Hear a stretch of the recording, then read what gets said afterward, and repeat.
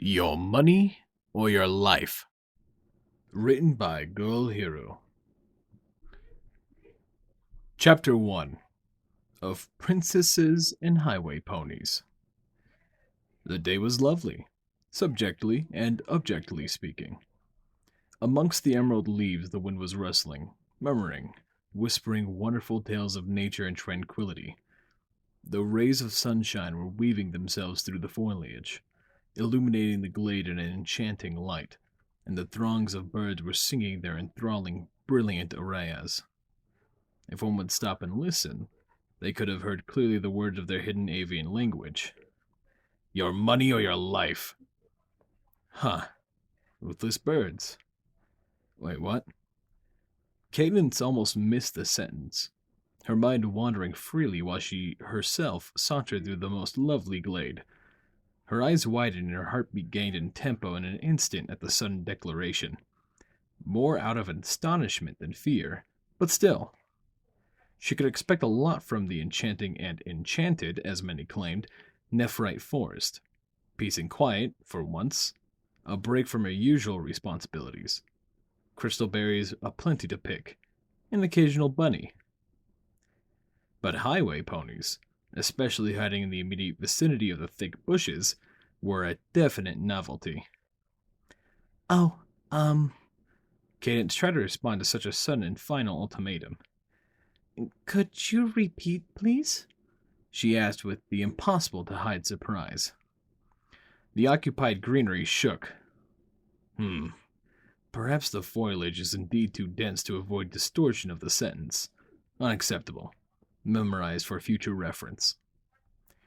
Cadence's eyebrow began a predestined journey towards the sky above. What was that supposed to mean? The curtain of the verdant leaves parted, and to her further surprise, a stallion, seemingly an earth pony, stepped towards her.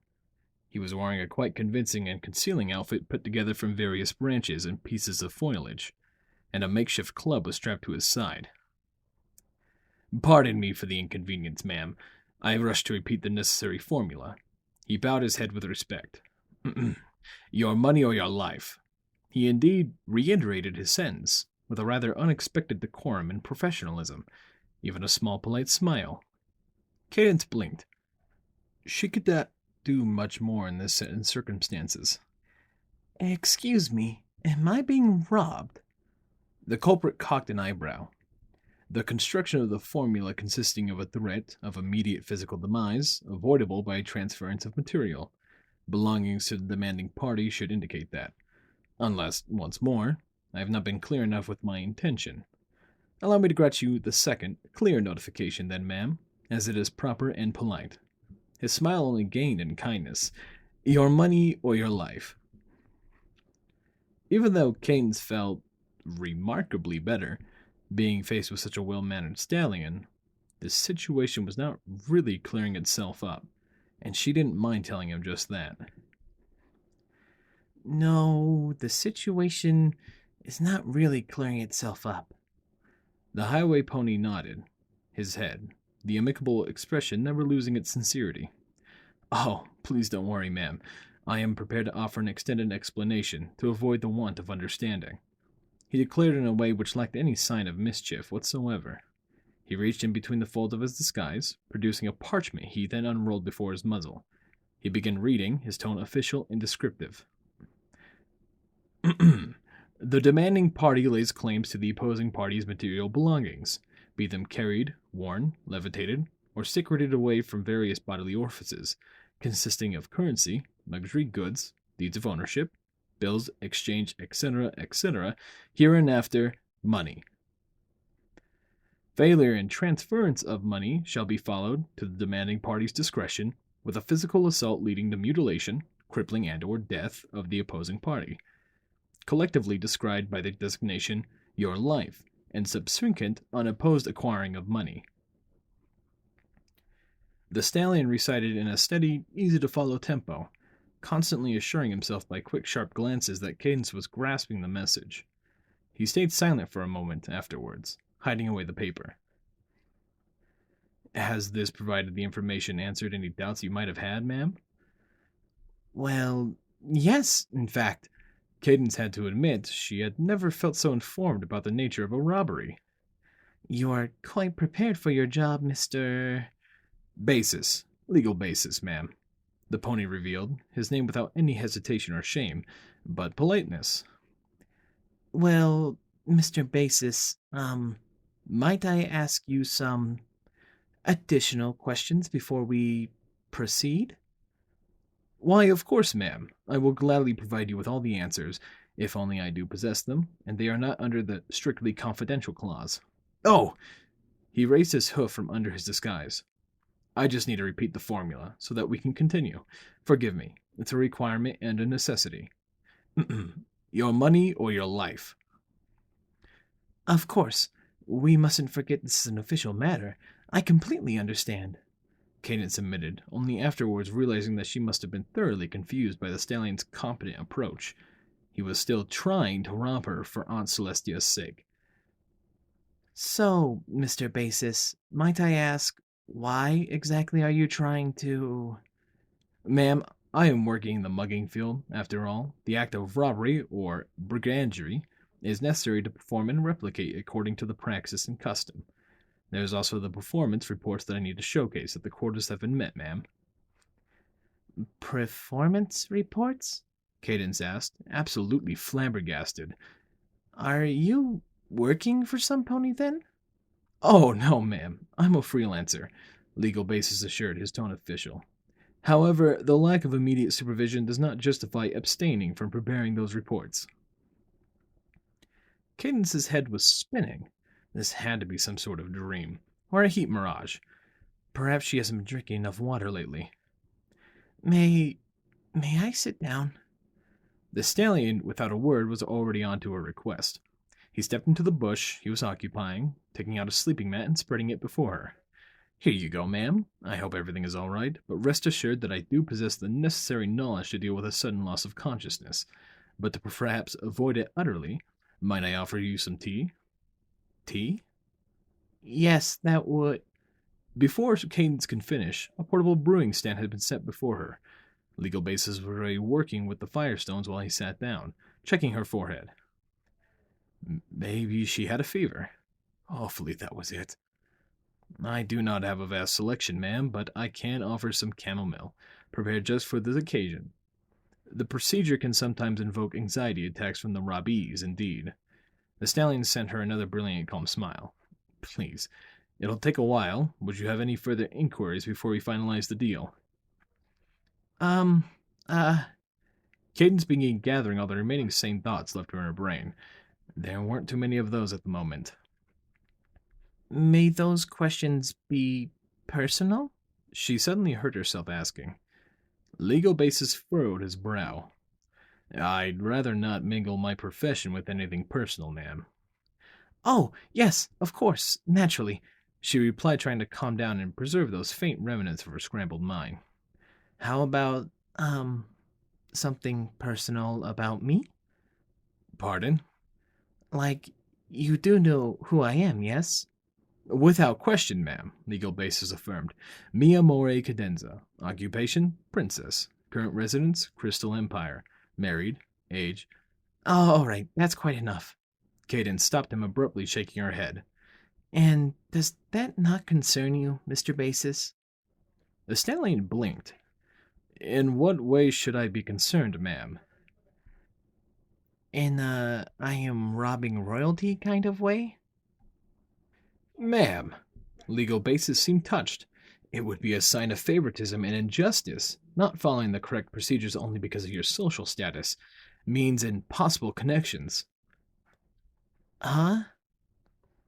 Cadence raised her eyebrows even further than she had been doing so far, which was an achievement in itself. Yes, without question. Inequity cannot be tolerated, even when dealing with the most prominent members of nobility or monarchs. I dare say, especially then. I see. So be it a tinker, tailor, soldier, spy, your money or your life? Your money or your life, the stallion responded, almost with veneration. Quite the work ethic. Cadence could not help but praise his objectivism. Thank you, ma'am. Simply doing my part for society, legal basis assured humbly. When the kettle started whistling, he quickly poured the water into a metal cup and covered it with a tea to steep for a minute. Considering the precision of his movements, he wasn't really doing this for the first time. But why, help the society by being a highway pony, if I may ask? Cadence pressed the topic. The stallion sat more comfortably, looking down, giving the metal cup a firm look which it didn't deserve. The realm's economy, mostly, ma'am. The market is oversaturated with ponies with degrees similar to mine, but I refuse to reap the benefits of social assistance when I am perfectly capable of taking on a paid employment. Cadence mused on those words, leaning forward a bit. You have a law degree, perchance, Mr. Basis? Valedictorian, ma'am, he replied, still grinning mildly as they crossed gazes. How did you guess? A shot in the dark, really. Still, choosing to rob others seems extreme, even when faced with unemployment, She pointed out. I had given it a thought, yes, legal basis admitted, checking the tea. There you go, ma'am. He offered the Cadence the cup. Be careful, it's warm. Thank you, Mr. Basis. She accepted the brew and tasted it. It had a nice quality to it. Do continue, please. I considered other possibilities first, ma'am, but ultimately, it turned out that many corporate positions are based on the avoidance of certain regulations. He accentuated his eyes, watching her intently from under the leafy hood, but notifying my superiors of those negative practices kept ending in official reprimands for me, rather than the reparative actions or scheduled inspections. Faced with such a dictum, I have concluded there was to be a profession that allows ponies to remain true to a strict set of rules, even if self-imposed one. How interesting. Cadence pondered, enjoying more of the chamomile. And I suppose that highway pony occupation has given you an opportunity to adhere to a specific creed. Indeed, ma'am, legal basis immediately confirmed. And you follow it despite having no supervision? As I have hinted already, laws and rules should be abided by regardless, ma'am. That is a praiseworthy stance, Mr. Basis, Cadence admitted. if distinctive nowadays. You are very kind, ma'am, the stallion replied, and his smile only grew. Oh, do forgive me, but the passing of time does require me to remind you your money or your life. Of course, I haven't forgotten, she assured. A magnificent brew. She praised the tea, slowly finishing it. Thank you, ma'am. It is my pleasure. As it happened, alongside the drink, forth came an idea. After Cadence had handed him back the cup, the stallion began dismantling the brewing stand swiftly. I will require your file statement on the matter of Hoof quite soon, ma'am. I am afraid that I still have 2 more robberies to conduct today to meet the quota. Right. Cadence agreed without hesitation. Yet, how about I present you with a counter proposal after all, Mr. Basis? The stallion paused for a moment. He sent her a truly curious gaze. This is quite unexpected. As of yet, 84% of the robbees chose your money. Cadence froze in an instant. Uh, and what if the remaining 16? Legal basis shrugged. Genuinely bankrupt. I was forced to utilize the heroic outlaw conscience clause and grant them financial aid, he stated formally. This is a precedent, however. Are you willing to reach a modus vivendi, ma'am? An arrangement? She smiled at him cordially, now completely relieved. I think so, Mr. Basis. You seem like a pony who can be trusted with deals with matter that require heeding to a certain, most convoluted regulations for the sake of fairness. The stallion squinted his eyes, stepping back a little. And what would constitute a substitution for? Me not granting you money, in a way. While simultaneously avoiding the physical assault, yes? He furrowed his brow. I am willing to hear the proposition, but it shall not be easy to bargain, ma'am, he loyally warned. Cadence actually found herself daring herself to giggle. I think I can convince you, Mr. Basis. I believe that my offer shall be both to your liking and offering you an opportunity to utilize your experience you have in your current field. Legal basis cocked an eyebrow. I'm listening, ma'am. So, yes, this is exactly how I found our new tax collector, Cadence declared with an enormous grin on her muzzle.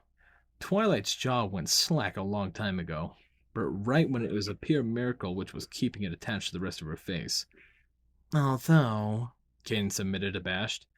we have found out that Mr. Basis still has a few habits that he finds difficult to break. In a distant chamber, the Crystal Treasury, yet another shaking petitioner was waiting, dreading what was about to happen. Legal Basis was sitting on the other side of the desk, a warm, satisfied smile on his muzzle, ready to turn the necessary formula. Your money or your life. If you enjoyed today's story, consider liking and subscribing to be informed of any future uploads. This has been Firehearth, and thank you for listening.